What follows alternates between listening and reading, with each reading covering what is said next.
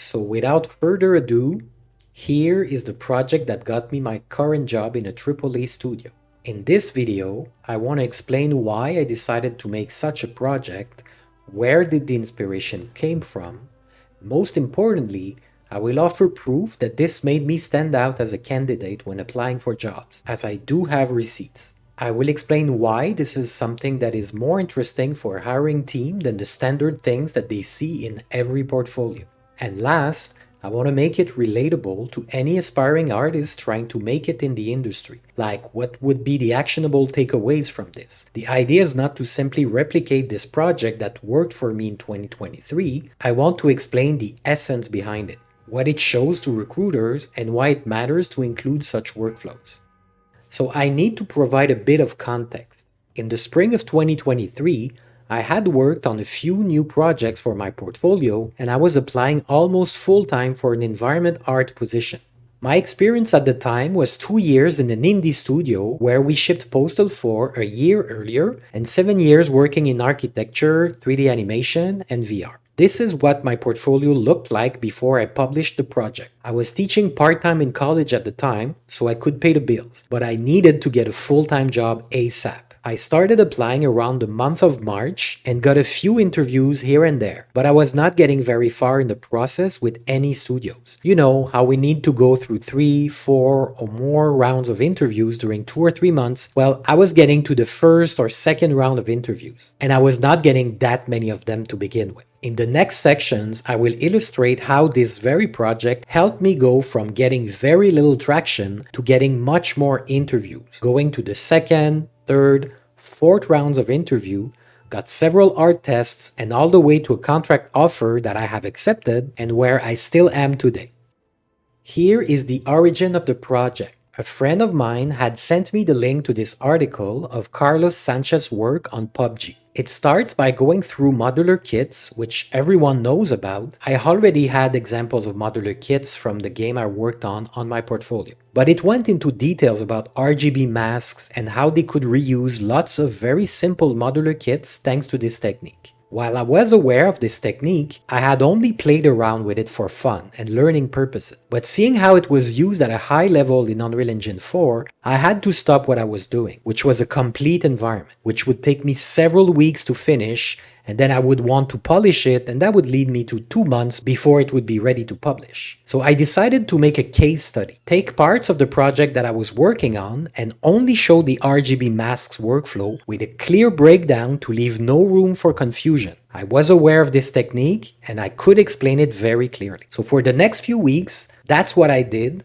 and I published the final version on May 16, 2023. I must say, having this project on my portfolio had an immediate effect. I was getting many more job interviews, I was going further in the process for the most part, but let me give some concrete examples. So shortly after publishing the project, as I'm applying for every role that I have a shot at, I end up having 2 very good interviews with one AAA and one AA studio. I will not name the studios, but the AAA is one of the biggest in North America, and the AA is well known and is not a small company by any means. So the first interview went very well in both cases with the HR recruiter, and I'm quickly invited to the second round for an interview with the lead artist, in both studios and around the same time. During the conversation with the lead from the AAA studio, he mentions that this project is very good, and even though in their pipeline, environment artists do not create the final materials, this technique is something they use regularly. So showing that I have knowledge about it was a smart move. That's my first receipt. I know I'm not giving any names, but this is how it goes in our business. You have to respect your NDA. Anyways, in both cases, I end up having to do an art test as it's the policy of their studio. The problem is that I have to do those 2 tests at exactly the same time. I will probably make a video on the art test topic at some point, but I will only say that I did not receive any offers from those 2 studios. The timing was terrible and I was not very happy about the outcome, but I could see that I was having more success when applying, as those 2 were not the only studios that invited me for interviews, but they were the most noticeable. Then moving on to June and July of 2023. Aside from a few smaller studios, and not that there's anything wrong with indie or smaller studios, but they were asking me to relocate, almost all of them. So I'm focusing on AA Studio number 2 and AAA Studio number 2, which was Ubisoft Toronto. This one I can name because, well, this is where I work now. I'll start with the AA Studio, as this is a great story. Second round of interview was with the lead artist, and he told me something very funny and very telling. So we were talking about this specific project, of course, and he said, "I'm gonna ask you a very direct question about your project. Why did you choose to do this? I mean, this is part of our studio pipeline for environments, but I'm not used to seeing this on a portfolio. And don't get me wrong, I think it's a very cool project, but I'm just surprised. I'm used to evaluate beauty shots." My answer was very simple. I said, "Well, I need a job ASAP," and we both laughed. I then further explained that I was working on the full environment, but with teaching part-time and having a young kid at home, I couldn't wait months for my environment to be perfect and then apply for a job. We discussed some more, and everything I was saying I wanted to use for my project, he told me that was their exact pipeline. So the match was great, but he let me know that if I had the beauty shots, I would basically move on to the next stage. During the same time, I was interviewing with Ubisoft Toronto, and without getting into too much details, I can say that I had a feeling right from the first interview that we were both a great match for each other, the team and me. We did discuss about this project also, and I agreed with the assessment of the art director that I was more interested in the technical side of environment art, and the interview lasted 1 hour and a half instead of the scheduled 30 minutes that the email mentioned.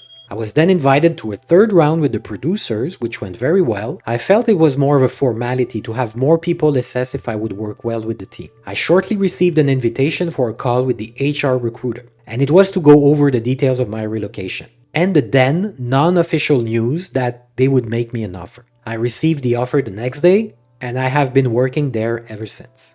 If you're learning from these videos but are still struggling to put everything together into a full environment, that's exactly why I built my full course.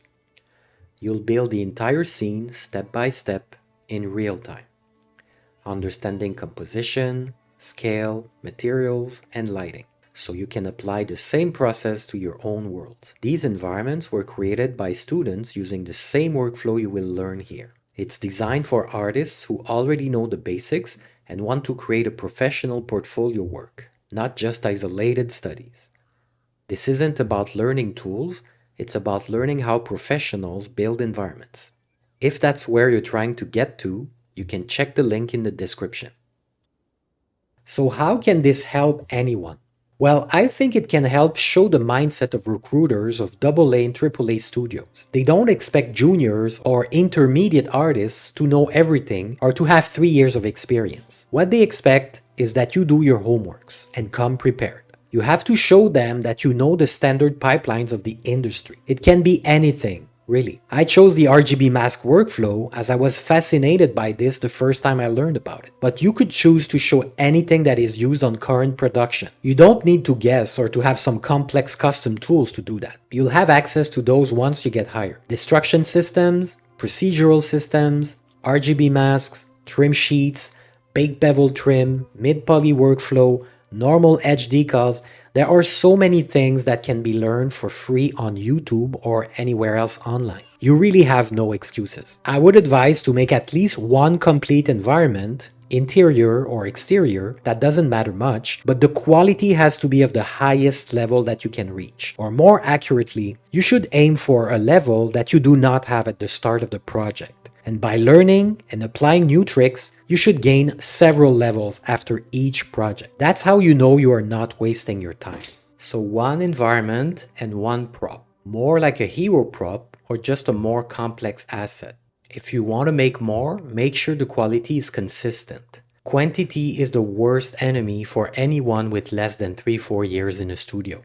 Stick with only a few very high quality projects that show industry workflows. If you have game credits and projects with only screenshots from games, that's perfectly fine. In this competitive market, showing nice beauty shots is not enough. Industry techniques shown with in-depth technical breakdowns is a must. So, do some research, find workflows that you're not familiar with, take the time to learn and practice those. After, try to choose a topic that is not too cliché. like feudal Japanese temple, medieval European Gothic castle, typical European village house, etc. Try to find interesting subjects outside of those cliches. I have dozens of folders full of references. It's not hard. It does take time, however, but time spent on gathering references will be part of the job, so you might want to improve in that area also. Now a word on the channel's partner, Bundle Foundry. You can get several tutorials for a very good price here. Many bundles are added each month.